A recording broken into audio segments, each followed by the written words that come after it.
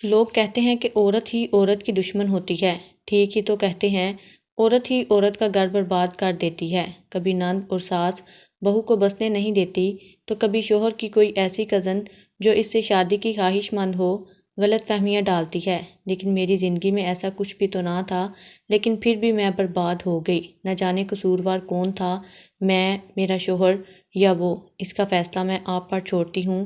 میری کہانی کو آخر تک سن کر بتائیے گا۔ میرا نام شفق تھا، میں ایک متوسط گھرانے سے تعلق رکھتی تھی، شکل و صورت میں بھی ایک عام سی لڑکی تھی، قابل صورت سی۔ لیکن میرا رشتہ جہاں سے آیا وہ بہت امیر لوگ تھے، ان کے پاس پیسے کی ریل پیل تھی، گھر میں ہر کام کے لیے ملازمین رکھے ہوئے تھے۔ مجھے یہ رشتہ خدا کی بہت بڑی عنایت لگ رہا تھا۔ میرا رشتہ پکا ہوتے ہی میری ساس نے شادی جلد کرنے کا سندیسہ سنا دیا، کیونکہ وہ بیمار رہتی تھی، اس لیے بیٹے کی شادی کرنا چاہتی تھی۔ میں شادی ہو کر سسرال آئی، ایک 20 سالہ لڑکی بڑی خوش میرے آگے پیچھے گھوم رہی تھی، کہنے لگی یہ نئی دلہن ہے، مجھے بہت پسند ہے۔ میری ساس نے کہا کہ ہاں یہ نئی دلہن ہے، تم اس کا بہت خیال رکھنا۔ مجھے لگا کہ شاید وہ لڑکی میرے شوہر کی کوئی کزن ہے یا کوئی رشتہ دار ہے۔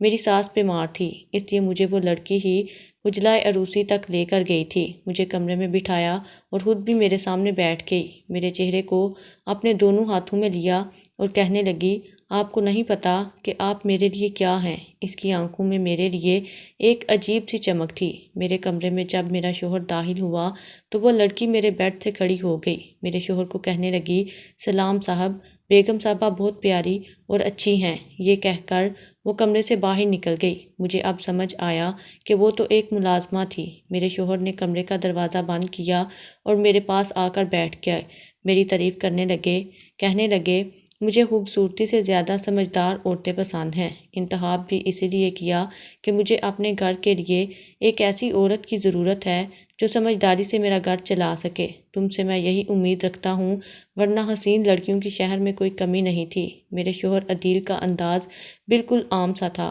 بات ان کی بھی ٹھیک تھی، لیکن مجھے اچھی نہیں لگی، کیونکہ آج کی رات عورت اپنے شوہر سے بہت کچھ سننا چاہتی تھی، تعریفی جملے، اپنے حسن کی تعریف یا محبت کا اظہار، لیکن انہوں نے ایسا کچھ نہ کہا۔ اگلے روز صبح 7 بجے ہی میرا دروازہ بجنے لگا تھا، میں فوراً سے اٹھ گئی، عدیل کی بھی آنکھ کھل گئی تھی۔ میں نے پوچھا کون ہے، تو آواز آئی بیگم صاحبہ، بڑی بی بی جی ناشتے کے لیے بلا رہی ہیں۔ میں نے کہا میں ابھی آتی ہوں۔ میں تیار ہو کر کمرے سے باہر چلی گئی، سامنے لاؤنج میں ہی میری ساس بیٹھی تھیں، میں نے انہیں سلام کیا اور ان کے پاس بیٹھ گئی۔ میری حیرت کی انتہا نہ رہی جب وہ لڑکی میرے کمرے میں بنا دستک کے ہی داخل ہو گئی۔ اس وقت کمرے میں بس علی تھے اور وہ نہا رہے تھے، ایسے میں ایک ملازمہ لڑکی کا میرے کمرے میں یوں داخل ہونا مجھے اچنبھے میں ڈال گیا تھا۔ ایک ملازمہ ہو کر وہ یوں کیسے عدیل کے کمرے میں جا سکتی تھی؟ میری ساس مجھ سے کیا بات کر رہی تھی کیا نہیں، مجھے کچھ بھی تو سنائی نہیں دے رہا تھا،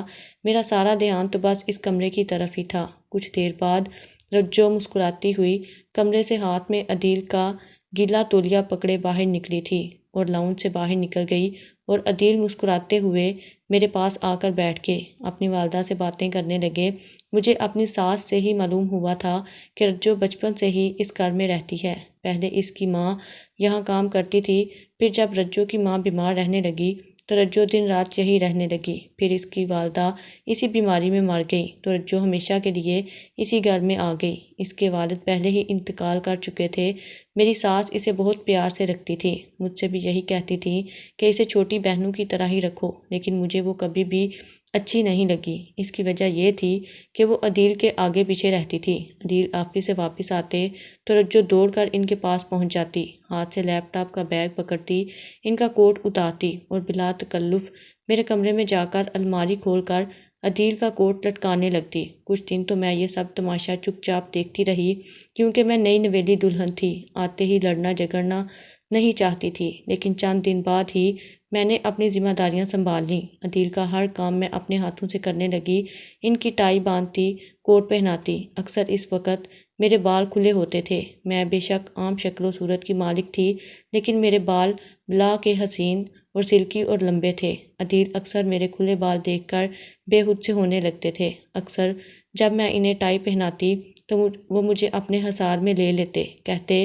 تمہارے بال بہت حسین ہیں۔ ایک بار وہ یوں ہی مجھے اپنے حصار میں لیے میری تعریف کر رہے تھے جب بنا دستک کے رجو کمرے میں داخل ہوئی۔ اسے اچانک سے کمرے میں دیکھ کر عدیل فوراً سے مجھ سے پیچھے ہٹ گئے۔ مجھے بھی رجو کی یہ حرکت بہت بری سی لگی۔ یہ کیا بدلے بازی تھی کہ میاں بیوی کے کمرے میں وہ یوں بے تکلفانہ انداز سے داخل ہو جائے۔ وہ مجھے اور عدیل کو دیکھ کر نظریں جھکا گئی تھی۔ کہنے لگی، ناشتہ تیار ہے۔ میں نے غصے سے اسے سخت لہجے سے ڈانٹا۔ میں نے کہا، تمہیں تمیز نہیں ہے؟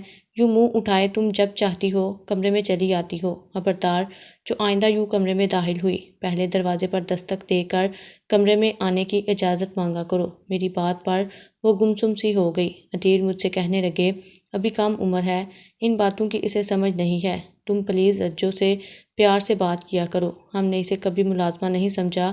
عدیل نے مجھ سے یہ کہنے کے بعد رجو سے کہا، آئندہ دستک دے کر کمرے میں آنا۔ وہ کمرے سے باہر نکل گئی۔ میں اب کچن کا کھانا خود بنانے لگی تھی۔ عدیل کو میرے ہاتھ کا کھانا بہت پسند تھا۔ کچن میں ایک اور ملازمہ میری مدد کے لیے تھی جو مجھے سبزیاں کاٹ کر دیتی تھی، کھانا بنانے میں میری مدد کر دیتی۔ اس کا نام نزیدہ تھا۔ سبزی کاٹتے ہوئے مجھ سے کہنے لگی، بیگم صاحبہ، اس رجو کی بچی سے ذرا بچ کے رہنا، بڑی ہوشیار لڑکی ہے۔ چاپلوسی کر کے اس نے عدیل صاحب اور بڑی بیگم صاحبہ کو ہاتھوں میں لیا ہوا ہے۔ ذرا سی لڑکی ہے اور دیکھیں تو مفت کے پیسے بھی ہتھیا رہی ہے اور کام کاج بھی کوئی نہیں کرتی، بس مالکوں کی طرح سے دوسرے ملازمین پر حکم چلاتی ہے۔ میں نے تو یہ سن رکھا ہے کہ اس کی شادی کا سارا جہیز بڑی بی بی جی نے ہی دینا ہے۔ نذیرہ کی بات میرے دل کو لگی تھی۔ واقعی میں نے رجو کو کبھی بھی کوئی کام کرتے نہیں دیکھا تھا۔ صفائی والی ماسی کے پیچھے پیچھے رہ کر وہ سب کے کمرے صاف کرواتی تھی، دو بند سے اپنے نگرانی میں سب کے کپڑے پریس کرواتی تھی، کھانا بھی نذیرہ سے ہی پکواتی تھی، خود تو کچھ بھی نہیں کرتی تھی۔ میں نے نذیرہ سے تو کچھ نہ کہا، لیکن میرا دماغ ٹھٹک کے رہ گیا تھا۔ اب میں یہ کرتی کہ رجو کو کام کہنے لگی، رجو چلو آج میرے کمرے کا واش روم تم دو۔ ایک بار وہ کنو چھیل کر کھا رہی تھی جب میں نے اسے کہا۔ اس کی آنکھوں میں میری بات سن کر حیرت سی اتری تھی۔ کہنے لگی، میں ماسی سے آپ کا واش روم دوبارہ سے دھلوا دیتی ہوں۔ بیگم صاحبہ، اپنے ہاتھ میں پکڑا کنو اس نے پلیٹ میں رکھ دیا اور کھڑی ہو گئی۔ میں اس کے سامنے آ کر دوبارہ سے لفظ جما کر بولی، تمہیں سنائی نہیں دیتا کہ میں کیا کہہ رہی ہوں؟ میں نے کہا، میرا واش روم تم دو گی۔ چلو آؤ میرے ساتھ، میں تمہیں بتاتی ہوں کہ کام کرتے کیسے ہیں۔ میں نے اس کا ہاتھ پکڑا اور اسے اپنے کمرے کے واش روم میں لے گئی اور اسے واش روم دھلوانے لگی۔ پہلی بار مجھے یہ احساس ہوا کہ اسے تو ڈنگ سے کوئی کام بھی نہیں کرنا آتا۔ وہ تو واقعی ہی حرام کا کھا رہی تھی۔ جب وہ واش روم دھو کر باہر نکلی تو بری طرح سے کانپ رہی تھی، آنکھوں سے آنسو بھی بہہ رہے تھے۔ رات کو جب میں نے کھانا ڈائننگ ٹیبل پر رجو سے ہی رکھوایا تو عدیل مجھے بہت غور سے دیکھ رہے تھے۔ پھر مجھ سے پوچھنے لگے، یہ نذیرہ اماں بیمار ہیں کیا جو رجو کھانا لگا رہی ہے؟ میں نے کہا، نذیرہ اماں بالکل ٹھیک ہیں، بس یہ رجو ہڈ حرام ہوتی جا رہی ہے، مفت کی روٹیاں توڑنے کی عادت پڑ گئی ہے اسے، جب دیکھو دوسرے ملازمین پر روب جماتی رہتی ہے، پورے گھر میں بس گھومتی رہتی ہے، مجال ہے کہ خود کسی کام کو ہاتھ بھی لگاتی ہو۔ اس لیے آج کے بعد میں یہ طے کروں گی کہ کون سا ملازم کیا کام کرے گا۔ میری بات پر عدیل نے مجھے گور کر دیکھا تھا۔ کہنے لگے، رجو صرف میری والدہ کی خدمت پر مامور ہے، ان کا خیال رکھتی ہے اور اسی کی تنخواہ بھی لیتی ہے۔ یہ تو اس کی مہربانی ہے کہ وہ تمام ملازمین پر نظر رکھتی ہے۔ مجھے عدیل کے منہ سے اس لڑکی کی حمایت زہر لگ رہی تھی۔ میں نے کہا، اگر رجو ماں جی کی خدمت پر مامور ہے تو ان کے کمرے تک محدود رہا کرے، پورے گھر میں کیوں دندناتی پھرتی ہے؟ میں نے عدیل کے لہجے کی سختی کا اسی لہجے میں جواب دیا تھا۔ رجو خاموشی سے کچن میں چلی گئی۔ مجھے اس لڑکی پر غصہ آنے لگا تھا۔ عدیل کے سامنے کیسی معصوم بنتی تھی، حالانکہ تھی نہیں۔ میں اسے ملازمین پر روب جماتے دیکھ چکی تھی۔ عدیل میرے خراب موڈ کو دیکھ کر مجھے لانگ ڈرائیو پر لے گئے، مجھے آئس کریم پارلر لے گئے۔ ان کی اس الطافات پر میرا موڈ کافی حد تک بحال سا ہو گیا تھا۔ میں بہت خوش تھی، لیکن جب عدیل نے ویٹر سے کہا کہ ایک چاکلیٹ آئس کریم پیک کر دو تو میں نے پوچھا، چاکلیٹ آئس کریم کس کے لیے؟ کہنے لگے، رجو کو بہت پسند ہے، چلو وہ خوش ہو جائے گی۔ یہ سن کر میرے تو سارے موڈ کا بیڑا غرق ہو کر رہ گیا تھا۔ میں گاڑی میں خاموش بیٹھی رہی۔ مجھے یہ بات چبھ رہی تھی کہ عدیل اس لڑکی کو کیوں اتنی اہمیت دے رہے ہیں۔ میں نے کہا، عدیل آپ بتائیں مجھے کون سی آئس کریم پسند ہے؟ میرے سوال پر وہ مجھے نافہمی سے دیکھنے لگے، کہنے لگے تم نے میری ہی پسند کی ونیلا آئس کریم کھائی ہے، شاید تمہیں ونیلا ہی پسند ہے۔ میں نے کہا اچھا یہ بتائیں مجھے رنگ کون سا پسند ہے؟ تو عدیل اس پر مسکرانے لگے۔ تم کیا مجھ سے ایک کڑا امتحان لے رہی ہو شفق؟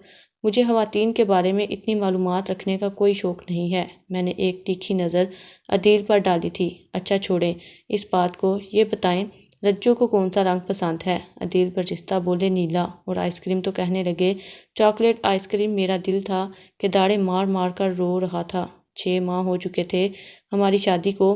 مجھے عدیل کی پسند ناپسند جاننے میں بس 1 ہفتہ ہی لگا تھا، اور 6 ماہ کے عرصے میں وہ اتنا بھی جان نہیں پائے تھے کہ مجھے رنگ اور آئس کریم کا فلیور کون سا پسند ہے، حالانکہ میں کئی بار باتوں باتوں میں بتا بھی چکی تھی۔ اور رجو، وہ ملازمہ، اس کی اتنی فکر تھی، انہیں اس کی پسند کی آئس کریم کا جمبو پیک دے کر آئے تھے کہ وہ بہت شوق سے کھاتی ہے، اسے رنگ نیلا پسند ہے۔ اسے رنگ کیا پسند تھا یہ عدیل جانتے تھے۔ میرا ضبط تو جیسے جواب دے گیا تھا۔ گھر پہنچتے ہی میں اپنے کمرے میں آ کر رونے لگی۔ عدیل 15 منٹ بعد کمرے میں داخل ہوئے تھے۔ مجھے یوں پھوٹ پھوٹ کر روتا دیکھ کر پریشان ہو گئے، مجھ سے رونے کی وجہ پوچھنے لگے۔ میں نے کہا ہاتھ مت لگائیے گا مجھے، آپ کو میری کیا پرواہ ہے؟ میری اس بات پر وہ کہنے لگے تمہاری پرواہ تھی تو تمہیں گھما پھرا کر لایا ہوں تاکہ تمہارا موڈ بحال ہو سکے۔ اچھی خاصی تو تھی تم، ہوا کیا ہے تمہیں؟ میں نے کہا رجو آپ کی لگتی کیا ہے جس کی آپ کو اتنی فکر رہتی ہے؟ اسے رنگ کون سا پسند ہے، آئس کریم کون سی پسند ہے، یہ سب معلوم ہے آپ کو، لیکن میرے بارے میں کچھ نہیں پتہ۔ میری بات سن کر وہ مجھے تعجب سے دیکھنے لگے، کہنے لگے بس اتنی سی بات پر تم نے اتنا تماشا لگایا ہے شفق؟ میں تمہیں پہلے بھی بتا چکا ہوں کہ وہ بچپن سے اس گھر میں رہتی ہے، ظاہر ہے کئی بار مجھ سے چاکلیٹ آئس کریم منگوا چکی ہے۔ جب بھی میں ماں جی کے لیے کپڑے لاتا تھا وہ مجھ سے اپنے لیے نیلے رنگ کا جوڑا ہی منگواتی تھی۔ تو مجھے یہ یاد رہ گیا۔ عدیل کی بات سن کر تو مجھے اپنا رونا واویلا مچانا واقعی بے معنی سا ہی لگنے لگا تھا۔ عدیل نے میرا ہاتھ پکڑا اور بڑی اپنائیت سے کہا دیکھو شفق، اگر تم یوں مجھ پر شک کرو گی تو ہماری اچھی خاصی زندگی میں خود ہی زہر بار لوگی۔ تم میری بیوی ہو اور ہمیشہ بیوی ہی رہو گی، تمہاری جگہ کوئی نہیں لے سکتا۔ رجو ایک ملازمہ ہے اور کچھ نہیں۔ آج تو میں تمہیں یہ وضاحت دے رہا ہوں لیکن آئندہ نہیں دوں گا۔ میں نے اس کے بعد خود کو کافی بدل لیا تھا، لیکن رجو میرے دل میں ہر وقت کھٹکتی ہی رہتی تھی۔ کچھ دنوں سے میرا سر باری باری سا تھا، میری طبیعت ٹھیک نہ تھی۔ عدیل مجھے ڈاکٹر پر لے گئے۔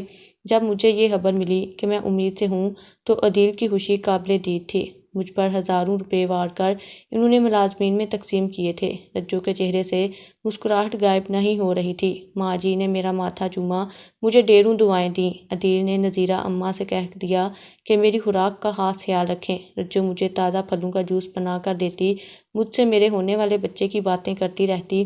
میرے اندر بھی ننھے منھے بچے کے لیے نئے نئے سے جذبات ابھرنے لگے تھے۔ میں بے انتہا خوش تھی، مگر انہی دنوں میری ساس بہت بیمار رہنے لگی تھی اور رجو اب سارا وقت ماں جی کے ساتھ ہی گزارتی تھی۔ لیکن ماں جی کی حالت سنبھلنے کی بجائے بگڑتی ہی چلی گئی۔ ایک رات ہم سو رہے تھے جب کمرے کا دروازہ بڑی زور سے دڑدڑایا گیا تھا۔ عدیل اور میں ہڑبڑا کر اٹھے تھے۔ دروازہ کھولا، صاحب جی، بڑی بی بی جی۔ رجو پھوٹ پھوٹ کر رو رہی تھی۔ عدیل تو جھٹ سے اٹھ کر کھڑے ہوئے تھے۔ میں اٹھ کر بیٹھ گئی۔ عدیل نے دروازہ کھولا تو رجو بے تحاشا روئی جا رہی تھی، کہنے لگی بڑی بی بی جی بات نہیں کر رہی، ہل بھی نہیں رہی۔ یہ سن کر عدیل بھاگ کر کمرے سے باہر نکلے تھے۔ میں بھی تیزی سے ماں جی کے کمرے میں گئی۔ عدیل روتے ہوئے ماں جی کو اٹھنے کے لیے کہہ رہے تھے۔ ماں جی ہمیں چھوڑ کر جا چکی تھیں۔ دکھ تو مجھے بھی بہت ہوا تھا، لیکن سب سے زیادہ بری حالت رجو کی تھی، کیونکہ وہ انہیں ہی ماں کی طرح سمجھتی اور چاہتی تھی۔ پہلی بار مجھے رجو سے ہمدردی ہوئی تھی۔ میں نے اسے ساتھ لگا کر تسلی دی تھی۔ میں خود بھی رو رہی تھی، لیکن جب عدیل ماں جی کو سپرد حق کر کے واپس لوٹے تو رجو عدیل کو دیکھ کر بھاگ کر عدیل کے پاس چلی گئی، ان کا گریبان پکڑ کر رونے لگی، کہنے لگی میری ماں کو کہاں چھوڑ آئے ہیں آپ؟ میں ان کے بنا کیسے جیوں گی؟ وہ بالکل بے قابو سی ہو رہی تھی، کہنے لگی مجھے بھی میری ماں کے پاس چھوڑ آئیں۔ یہاں تک تو میں بھی سمجھ رہی تھی کہ وہ دکھ اور صدمے میں ہے، بچپن سے وہ ماں جی کے ساتھ رہی تھی، لیکن اس کے بعد جیسے میرے ہوش اڑ گئے تھے، وہ عدیل کے گلے لگ کر رونے لگی۔ مجھے تو یہ دیکھ کر ایک زوردار جھٹکا سا لگا تھا۔ عدیل بھی اس کا سر سے ہلا کر تسلی دینے لگے، لیکن میں تو سانس لینا ہی بھول گئی تھی۔ جس طرح سے اس نے عدیل کو خود سے بھینچ رکھا تھا، میں کہاں یہ سب برداشت کر سکتی تھی۔ عدیل کی نظر جب مجھ پر پڑی تو رجو کو خود سے الگ کیا تھا اور خود باہر چلے گئے۔ میرا دل میرے اختیار سے باہر ہو چکا تھا۔ وہ لڑکی کیسی کیسی حرکتیں مجھے دکھا رہی تھی۔ میں سوچ چکی تھی اسے اب اپنے گھر پر نہیں رکھوں گی۔ وہ ماں جی کی وجہ سے اس گھر میں تھی، اس لیے اب اس کی اس گھر میں رہنے کی کوئی وجہ نہ تھی۔ چند دن تک تو رجو ماں جی کے کمرے میں ہی بیٹھی رہتی تھی۔ اس کے بعد وہ کچھ سنبھل سی گئی تھی۔ رات کے کھانے سے وہ مسلسل انکار کر رہی تھی، لیکن عدیل نے اصرار کر کے اسے ٹیبل پر بٹھا دیا۔ کہنے لگے، کھانا کھاؤ، ایسے تو تم کمزور ہو جاؤ گی۔ مجھے عدیل کا رجو کے ساتھ اتنا ہمدردانہ رویہ برداشت نہیں ہو رہا تھا۔ میں نے کہا، رجو تم جب تک یہاں رہو گی ماں جی کے لیے روتی ہی رہو گی۔ اس گھر میں ماں جی کی یادیں بسی ہیں، تم تو رو رو کر بیمار پڑ جاؤ گی۔ بہتر ہے کہ تم اس گھر کا کام ہی چھوڑ دو اور کہیں اور نوکری کر لو تاکہ تمہارا دل بہل سکے۔ میں رجو نامی بلا سے پیچھا چھڑوانا چاہتی تھی جو میرے شوہر کی ہمدردیاں بٹور رہی تھی۔ میری بات سن کر رجو کی رنگت اڑ گئی تھی اور عدیل کے ماتھے پر بل پڑے تھے۔ کہنے لگے، رجو اسی گھر میں رہے گی، اس کا کوئی ٹھکانہ نہیں ہے۔ جب تک اس کی شادی نہیں ہو جاتی وہ کہیں نہیں جائے گی۔ عدیل کی بات سن کر میں بنا کھانا کھائے ہی اٹھ کر اپنے کمرے میں آ گئی۔ ہر وقت رجو میں تنگ آ چکی تھی۔ رات کو میرے لیے دودھ کا گلاس لے آئے۔ کہنے لگے، تم نے کھانا بھی ٹھیک سے نہیں کھایا۔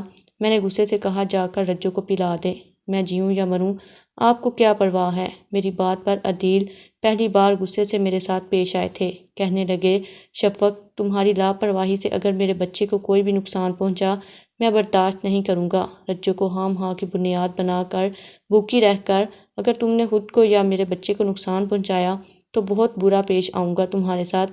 میرے ہاتھ میں دودھ کا گلاس تھما کر جس طرح سے وہ بولے تھے میں چپ سی ہو گئی تھی۔ میں نے چپ چاپ دودھ پی لیا۔ وقت یوں ہی گزرنے لگا۔ میں نے ایک بیٹے کو جنم دیا تو عدیل نے سارے خاندان میں دیسی گھی کی مٹھائی تقسیم کروائی تھی، لیکن اس کے بعد تو رجو نے میری زندگی اجیرن بنانی شروع کر دی تھی۔ میرا بچہ گود میں لیے رکھتی، اسے فیڈر کا عادی بنانے لگتی، لیکن عدیل میرے ساتھ ویسے ہی تھے، میرا بہت خیال رکھتے تھے۔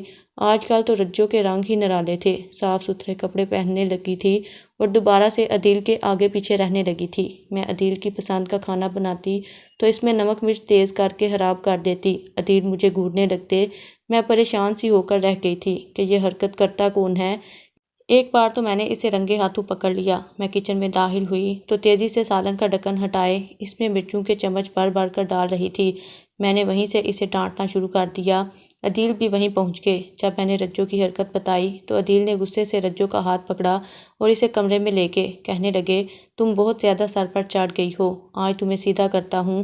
اسے کمرے میں لے گئے اور ڈانٹنے لگے، شاید اس پر ہاتھ بھی اٹھا رہے تھے کیونکہ اس کے چیخنے کی آوازیں آ رہی تھیں۔ رات کا وقت تھا، سب ملازمین اپنے کوارٹرز میں جا چکے تھے۔ 3 گھنٹے بعد ہی عدیل کمرے سے باہر آئے تھے۔ میں بہت خوش تھی کہ اس لڑکی کا دماغ درست رہے گا۔ عدیل ابھی بھی غصے میں تھے۔ کہنے لگے، زیادہ ہی سر پر چڑھ گئی تھی یہ لڑکی، مجھے لگا اب وہ سیدھی ہو جائے گی۔ جب وہ صبح کمرے سے باہر نکلی تو پہلی جیسی تھی، نہ اس کی آنکھیں روئی روئی تھیں اور نہ ہی وہ غمزدہ تھی، بلکہ پہلے سے زیادہ چہک رہی تھی۔ مجھے اسے دیکھ کر حیرت ہوئی تھی۔ پھر تو اس لڑکی نے کام ہی یہی پکڑ لیا تھا، کبھی میری الماری خراب کر دیتی، کبھی میرے ساتھ زبان درازی کرتی۔ جب میں عدیل سے شکایت لگاتی وہ اسے کمرے میں لے جاتے۔ اس لڑکی کے چیخنے کی آوازیں آتی کہ مجھے مت مارو، آئندہ نہیں کروں گی، لیکن اگلے روز وہ حشاش پشاش ہوتی۔ مجھے شک ہونے لگا تھا، اس لیے ایک دن میں نے ماں جی کے کمرے کی کھڑکی کا لاک کھول دیا، کیونکہ رجو اب بھی ماں جی کے کمرے میں ہی رہتی تھی، اور جب وہ غصے سے کمرے میں لے کر گئے میں بیرونی جانب سے اس کھڑکی کے پاس آ گئی۔ جیسے ہی میں نے کھڑکی کھول کر دیکھا میری جان ہی نکل گئی تھی۔ ایک ٹیپ ریکارڈر دروازے کے پاس رکھا گیا تھا جسے چیخنے اور چلانے کی آوازیں آ رہی تھیں۔ وہ ایک ساتھ بیڈ پر لیٹے ہوئے تھے۔